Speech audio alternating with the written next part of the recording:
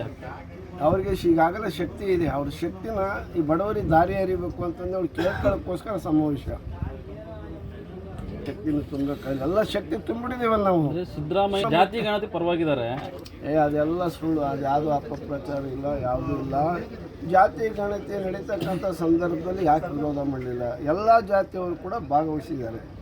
ಅವ್ರಿಗೆ ಸುಮ್ಮನೆ ಆತಂಕ ಇದೆ, ಆತಂಕವನ್ನು ನಿವಾರಣೆ ಮಾಡ್ತೀವಿ. ಅದ್ರ ವರದಿ ಬಂದ ಮೇಲೆ ಅವ್ರು ಹೇಳಿ. ಈಗ ನಾವು ಹೇಳ್ತೀನಿ, MK ಹಟ್ಟಿಯಲ್ಲಿದೆ.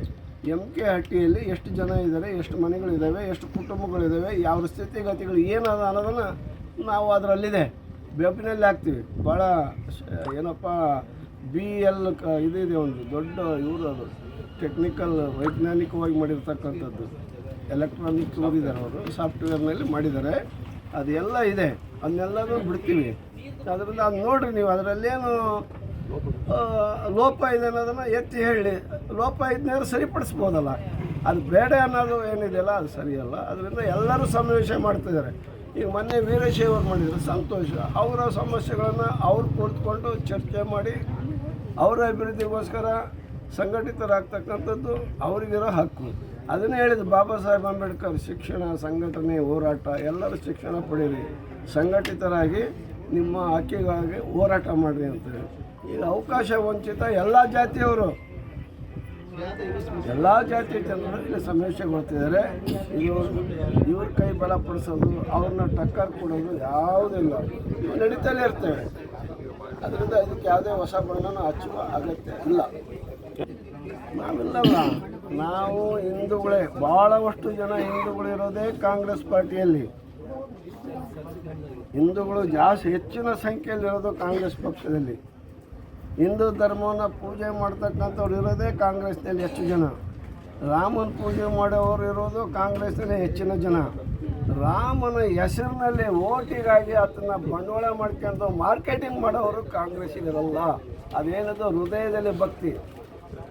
ಈ ಆಂಜನೇಯ ಏನು ಶ್ರೀರಾಮನ್ನ ಇವನು ಏನು ಎದೆ ಸಿಡಿಸಿ ತೋರಿಸಿದಲ್ಲಿ ಭಕ್ತಿ, ಹಾಗೆ ಎಲ್ಲರಲ್ಲೂ ಕೂಡ, ಎಲ್ಲ ಹೃದಯದಲ್ಲೂ ಕಾಂಗ್ರೆಸ್ಸಿಗರು ಯಾರು ಹೇಳಿದಾರೋ ಕೋಟ್ಯಾಂತರ ಜನ ಇದ್ದಾರಲ್ಲ, ಅವರ ಹೃದಯದಲ್ಲಿ ರಾಮ ಇದ್ದಾನೆ. ಅದರಿಂದ ನಾವು ರಾಮನ ವಿರೋಧಿಗಳಲ್ಲ, ಹಿಂದೂಗಳ ವಿರೋಧಿಗಳಲ್ಲ. ಮುಸ್ಲಿಮರ ಪರ ಇರ್ತಕ್ಕಂಥವ್ರು, ಹಿಂದೂಗಳ ಪರ ಇರ್ತಕ್ಕಂಥವ್ರು, ಎಲ್ಲ ಜಾತಿ ಧರ್ಮಗಳ ಪರವಾಗಿರ್ತಕ್ಕಂಥ ಒಂದೇ ಒಂದು ಪಕ್ಷ. ಅದು 138 ವರ್ಷಗಳ ಕಾಲ ಈ ರಾಜ್ಯವನ್ನು ಕಟ್ಟಿರೋಂಥ ಪಕ್ಷ, ಈ ರಾಜ್ಯವನ್ನು ಅಭಿವೃದ್ಧಿ ಮಾಡಿರೋಂಥ ಪಕ್ಷ, ಎಲ್ಲರಿಗೂ ಶಿಕ್ಷಣ ಕೊಟ್ಟಂಥ ಪಕ್ಷ, ಎಲ್ಲರಿಗೂ ಅನ್ನ ಕೊಟ್ಟಂಥ ಪಕ್ಷ, ಎಲ್ಲರಿಗೂ ಭೂಮಿ ಕೊಟ್ಟಂಥ ಪಕ್ಷ, ಎಲ್ಲರಿಗೂ ಮನೆ ಕೊಟ್ಟಂಥ ಪಕ್ಷ.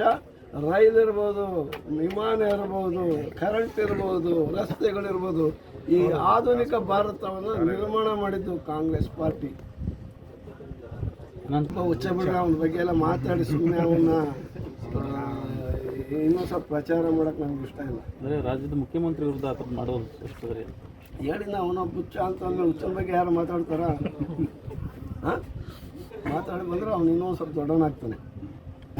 ಅವನು ಬೆಳೆದ ಹಿನ್ನೆಲೆ ಸಂಸ್ಕೃತಿ ಅದಿರಬೇಕು. ಅದರಿಂದ ಆ ರೀತಿಯಾಗಿ ವರ್ತನೆ ಮಾಡ್ತಾನೆ. ನಾವು ಆ ರೀತಿ ಅಲ್ಲ.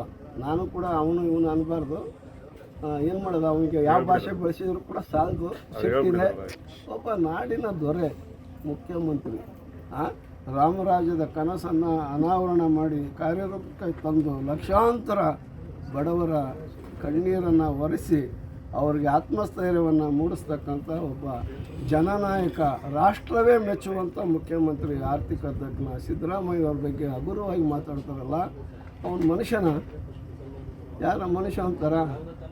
ಅದರಿಂದ ಅವನೊಬ್ಬ ಹುಚ್ಚ.